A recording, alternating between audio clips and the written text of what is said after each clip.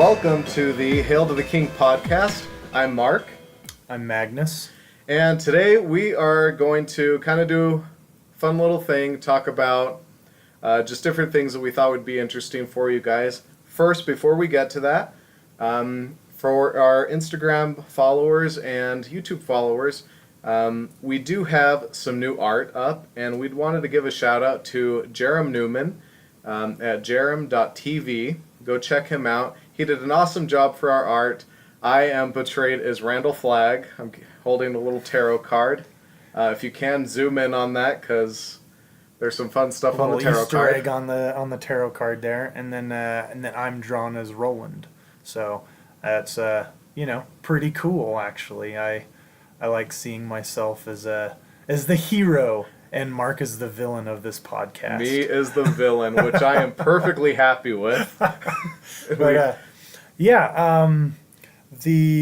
figured that doing kind of like a fun little episode every once in a while might be a good idea to shake things up so that we're not just constantly doing book club. We are working on it currently, and we'll have that for you in the next couple weeks or so. It's taken a little bit longer than we thought, but we do want to do it. Yeah, it's a huge book, and we really want to do it justice. So that's why we're taking our time, making sure that we cover, everything that we want to cover and everything you guys want us to cover.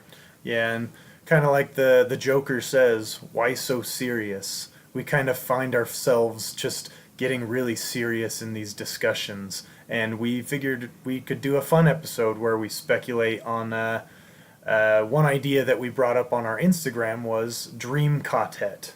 And, we asked you guys, for your input as to what your dream Katet would be, kind of limited to about four characters and then a fifth animal character.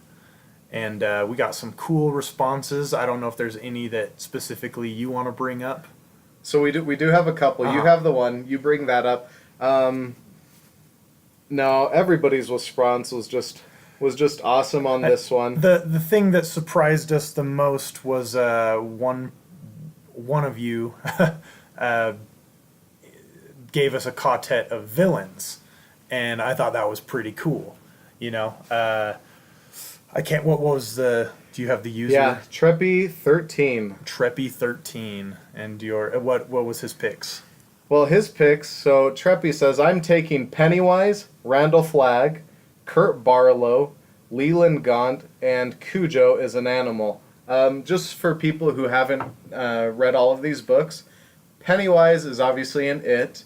Randall Flagg is really throughout a lot of different ones, but the one that people recognize him from the most are The Stand, and the Gunslinger. Mm-hmm. He's the Man in Black. Kurt Barlow is the vampire, the kind of the Dracula figure in Salem's Lot. Leland Gaunt is the devil-like figure in Needful Things, and Cujo is obviously he is the dog from Cujo. He's in Cujo. He's Saint Bernard. Yeah. So, that was a cool choice, and it got us thinking about what our good guy Katet and our bad guy Katets would be. For my good guy Katet, I'm kind of cheating because I can't picture a Katet without Roland, Eddie, and Oi. So I'm going to include them in mine. But I'm going to swap out Jake and Susanna for John Coffey so that he can heal us up. He can heal us up when we need it. I didn't even think of John Coffey. He's the medic, And then Johnny Smith. He will take the place of Jake as our psychic. He can secretly be touching people's arms and whatever and telling us all the stuff we need to know, about their future, about their past, whether we need to gunsling them on the spot. So that's my my good guys. What are yours? Okay, so for those of you who know or may not know, I absolutely love The Talisman and Black House. Those are my Desert Island books. And so I chose from those two characters from those. Jack Sawyer would be, well, first Peter Parker, Spider-Man. Spider-Man, who's not even in this. No, I'm sorry. I'm pulling Crimson it up right King now. would be Spider-Man, right? Maybe Pennywise, Spider-Man. Speedy Anyways, Parker. continue. Speedy Parker, Parkus, as he's known.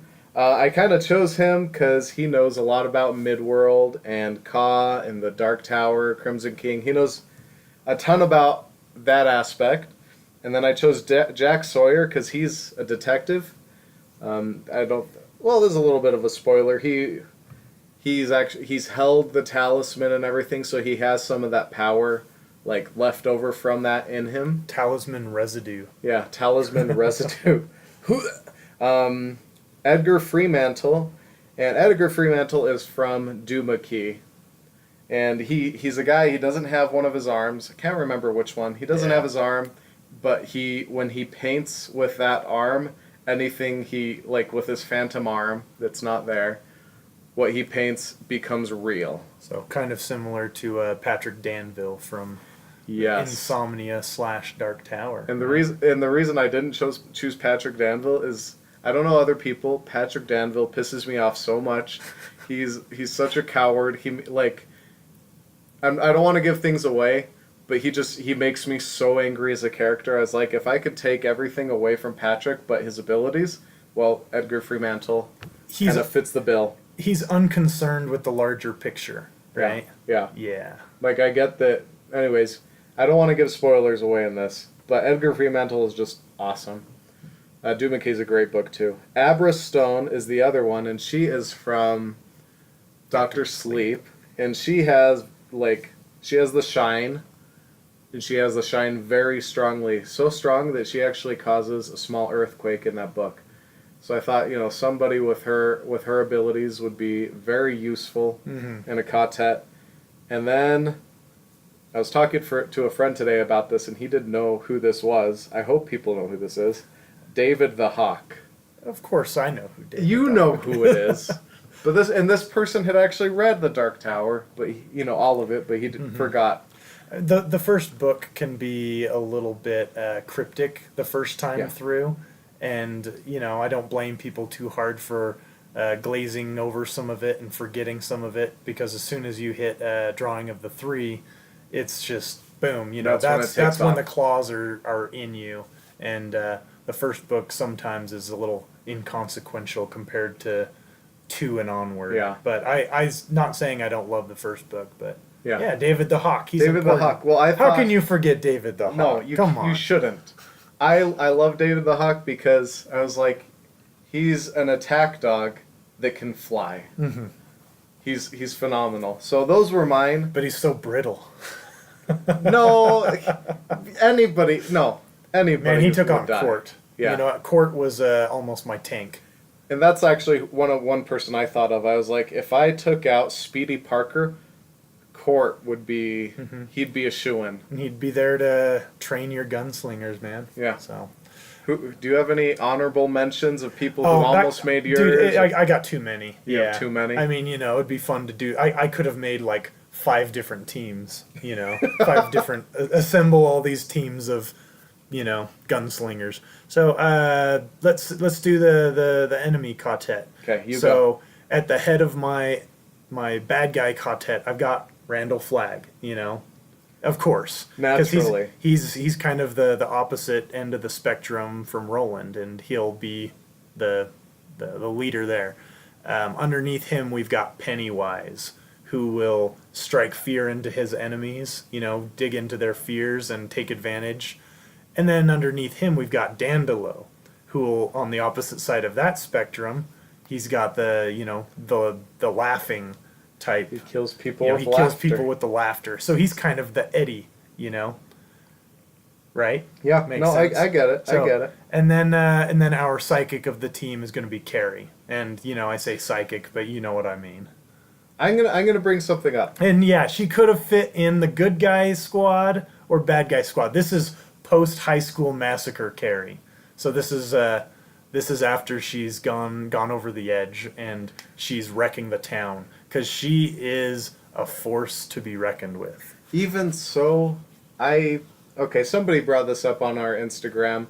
they put Carrie as part of their dream Katet is like the good guy. And I agreed with them because I see Carrie is being pushed past her limits. And so everything she does is not necessary. I'm not saying, killing people is what we should all do when we're pushed past our limit.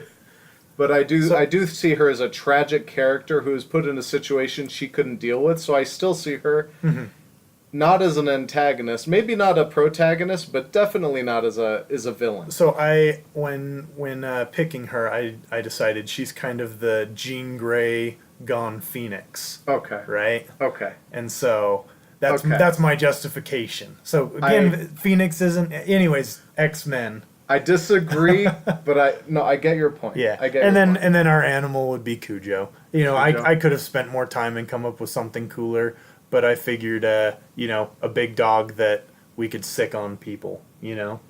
And he'll take no crap from no one.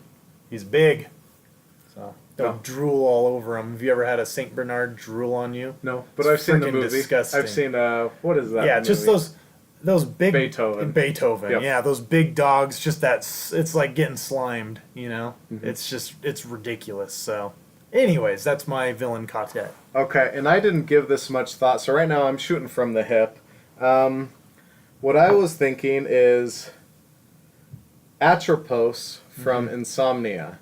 Atropos is one of the little bald doctors. The little doctors. If you've read that one, he's a little bald guy. He runs around with a scalpel, a rusty scalpel, and he cuts people's life threads. So Atropos is the is it Greek or Yeah, it's Greek mythology. Greek mythology. He cuts people's life strings, and he's kind of and there's three little doctors. He's chaos. He's essentially chaos. He's the random. He's just not a good guy. It's funny in the mythology they're women, the fates, Yeah. right? And I guess the three doctors, are they actually the same names? Yeah, Okay, yeah, they cool. are. Yeah, that's neat. So That's a good Atropos was one. I liked him. I'm trying to think of who would lead this. And Atropos was one. Persephone, or Percy, from Doomakey. She was awesome. She is also a Greek god, or goddess, yeah. Goddess, yeah. And she kind of takes people down using, she uses the main character's strength, which is his art, to destroy people, through paintings and other things. And she's just evil. She's this little doll, and I liked her. She could almost qualify as the animal of the group, Almost, yeah. Yeah. Anyways, continue. As far as leader, I mean, if you don't have a leader, it could be a chaotic team. It's going to be a A chaotic Suicide Squad. Brady Hartsfield. Speaking of Suicide Squad, Yeah. I'm glad you picked him next. Suicide Prince or King, Brady Hartsfield. I love him, especially after he actually gains, Book 3. He's developing his powers in book 1, right? He's developing things. Developing his skill set. Yeah, so Brady Hartsfield, don't want to give stuff away, but he would be my number 3 pick. Yeah, the original name of the book was the Suicide Prince, by the way, before it became End of Watch. That's a good one. I remember they announced the book, and I'm like, oh, the name of the next book is The Suicide Prince, Mark. Or it was Suicide King, I can't remember. One of those two. Kurt Barlow From Salem's Lot would be the leader, I think. Yeah. He'd be the leader of all of this. But he couldn't lead in the daytime. No, he couldn't. But they could also protect him in the daytime. Yeah. So he would be the leader. They could be the big coffin hunters, carry around his coffin, right? That is retarded. I know, it's pretty bad. And then if I was to have a little cat, or not cat, An animal. a little animal, oh my gosh. Either Church the cat, so you have a little zombie cat who can also be possessed by, I'm just throwing this out there, by, any of these people, by Percy. Anyways, Church the cat, or, well, no. No, go with your original one. Yeah, Church the cat. I like That's Church good. the cat. It's good. So that's my evil Katet. Nice. They'd give any hero a run for their money.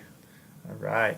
So another thing we thought would be fun to talk about, which I figure I'll probably ask you guys on Instagram this same question, and eventually our goal would be to get some of these responses and read them off on the air, and Yeah, leave your comments below. In the comment section, let us know what your dream Katet would be, because we'd love to be able to discuss stuff. Some of the comments do sway us. Like one of the comments someone made that they picked Henry Layden for their dream Katet, and I'm still considering he's from switching. Black House. Yeah, he's from Black House. He's Switching blind. some of my people out. So leave comments below and subscribe. So what were you saying? Next kind of order of business would be the Dark Tower and Roland specifically. When the movie was first announced years ago, I remember one of the first people they considered for the role was Russell Crowe. So they considered Russell Crowe at one point, Christian Bale, Yep. and then even Javier Bardem. Which that one I had a little bit of trouble with, but at the same time he's kind of got that more serious look to him that I see in my Roland, and my personal dream Roland, who I when I'm reading the books, when I'm listening to the audiobooks, I can't not picture Liam Neeson. He's the ultimate Roland for me. He's long, tall, and ugly. Yep. That says it all. And yeah, everything about him, from his mannerisms to when he's in badass mode. If you've seen the movie Taken, Yep. it's like you can't picture Roland in regular people clothes fighting sex traffickers, and that's Taken. That's Taken. Yeah. So Idris. All that being said, Idris Elba did a great job. I love that version of Roland. It's kind of unfortunate that the movie version of him wasn't a tower junkie. He was out on a revenge quest, instead of just a quest for the tower. Yeah, but that had nothing to do with, that doesn't diminish his portrayal of Roland. I think he did a fantastic job. Yeah, and within that level of the tower, him being Roland again. Let's say that adaptation of the movie is just one level of the tower. Maybe it's not, the key Roland. It's just a Roland. And I like that we got to see him on film. And Idris Elba, who, I just watched Thor Ragnarok the other day, and he's Heimdall in the Thor and Avengers movies. You see him in that, and you're just like, man, he's the most badass guy in this. Thor's awesome, sure. Loki's cool, sure, whatever. But no, Heimdall's got it. That scene in, I think it's the Dark World. I remember there's a part where he's sitting there in his little, what is it called, the Bifrost chamber. Yeah. And he senses something moving past him, and it's invisible. It's an invisible ship. And he runs out there, jumps on it and everything. It's like, that's one of the coolest parts of the movie. And just seeing Idris Elba bring that extreme kind of gunslinger intuition and everything into the character, it was great. So, what? No, who's your dream Roland? I don't know if it's the same as mine. If I just have if it's not Clint Eastwood, Ooh. who number one would have to be Clint Eastwood. If you could go back in time and get Clint Eastwood from the 80s. Yeah. Not young Clint Eastwood. No. I mean, he has to be grunty. He has to be weathered. Yeah. That Clint Eastwood sandblasted Clint Eastwood. He would be perfect. He has the look, and then obviously in the books, Roland is described as having that resemblance to Clint Eastwood as well as to Stephen King, and so it's, if I could have anybody, and we could go back in time and make it happen, Clint Eastwood, hands down, would be the and my Roland. Having said that, Liam Neeson, we were talking about it earlier. We've discussed this for years. You cannot have a pretty looking guy as Roland. I love Liam Neeson. but you will You never need a Marlboro Man. Yeah, know? you can't look at Liam Neeson. Maybe some people can. I can't and be like, that is a beautiful man. No, he is the perfect Roland. He's long, tall, and ugly. He's and beautiful I mean that for other reasons. Yeah, and I mean that in the most complimentary way possible. But Liam Neeson would do a fantastic job. Like you said, Taken, man, he just beats the snot out of people. Don't see Taken 2 and 3, by the way.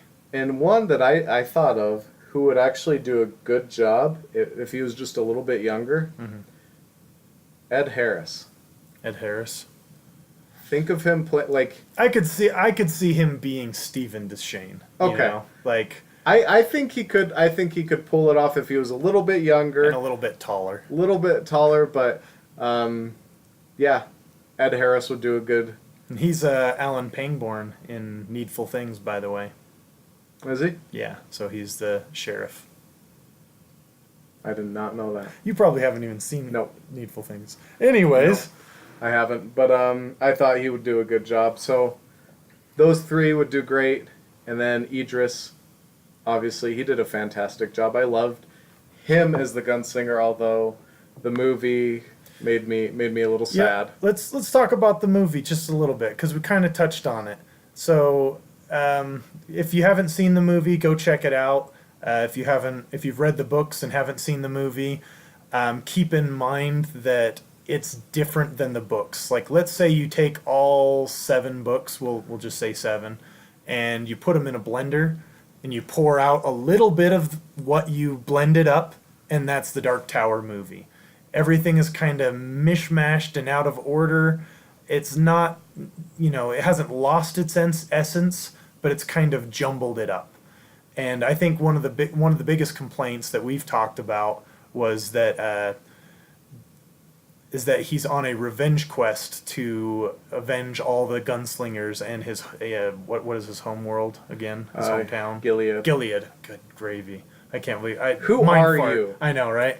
So his father was killed by the Man in Black, and he's on a revenge quest. He doesn't give a crap about the tower. He doesn't give a crap about being a gunslinger. He's kind of lost that, essence of gunslinger. And it's a redemption quest, the movie. And that was my biggest complaint, is his motivation. Because at that time, when we had watched the movie, my wife and I started reading the books. Like, I read out loud to her, and I try and do the voices, which is a lot of fun. I'm like Richie Tozier, that in my head, I think I'm doing awesome, when in reality my voices are absolutely terrible. But that's neither here nor there. But they're as good as you believe them to be, Mark. Mary, like, while Mary was watching it, she was like, man, he's not, like, all he wants to do is get revenge. And that was her biggest issue, and that was my biggest issue, because in the books, he's all about the tower. Like, he's all about that quest to get to the Dark Tower. A little bit of a spoiler, but you guys, the boy doesn't die in the movie, Jake, but he does die in the book. And it's important why he dies in the book, because Roland pretty much sacrifices him to get to the Man in Black, to get to the tower, So it kind of shows you how he's willing to throw his loved goes. ones under the bus, to get to the tower, at least initially. No. But no spoilers. The movie's got some great visuals. I love the way the tower looks. I love Matthew McConaughey as the Man in Black. Walter I think he did a great job. / Randall Flagg. He looks great. The low man I liked. With the skin, the fake skin on him. That looks great. All the references were really cool. For anyone who's, let's say, checked out the show Castle Rock, that it's full of King Easter eggs. The Dark Tower movie is chock full of Easter eggs as well. References to The Shining, to, It, to whatever, just everything. And it even has a St. Bernard in it.